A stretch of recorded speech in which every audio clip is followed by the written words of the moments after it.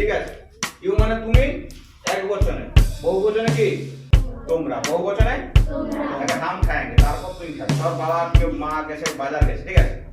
যখন কোনো কিছু নিয়ে আসে, কোনো কিছু খাবার জিনিস নিয়ে আসে কি আগে কি সবাই এখানে কি আমরা 20 জন 25 জন আছি, মানে পুরুষ, ঠিক আছে। তাহলে পুরুষ আমরা কি কি জানি? পুরুষ কটা পুরুষ আছে? 3টা পুরুষ আছে, আছে না?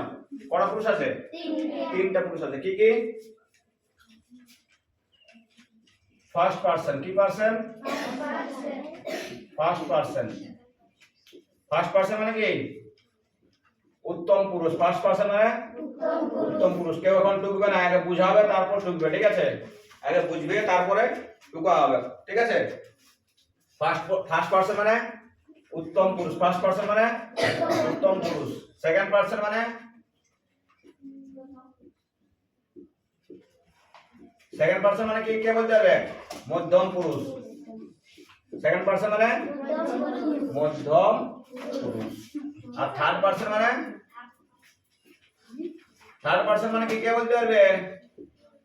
প্রথম পুরুষ। থার্ড পারসন মানে প্রথম পুরুষ। সবাই বুঝতে পারলিস? সবাই বুঝতে পারলিস? এখানে আমরা একটা ছক বানাবো। কি বানাবো? ছক, ঠিক আছে। হলো? এখানে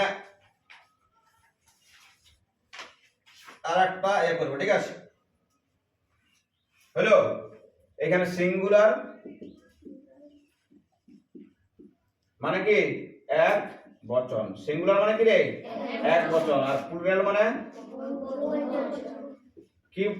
প্লুরাল নাম্বার। সিঙ্গুলার আর প্লুরাল, বইটা বন্ধ করো। সিঙ্গুলার মানে কি? এক বচন। এক বচন মানে জানিস তো কি বললাম? যেটা একটা বোঝায়, ঠিক আছে। যেমন এই কলমটা কটা আছে? একটা। তাহলে কি? One pen. আর যখন দুটো হবে তখন কি হবে? Two pen. না পেন্স?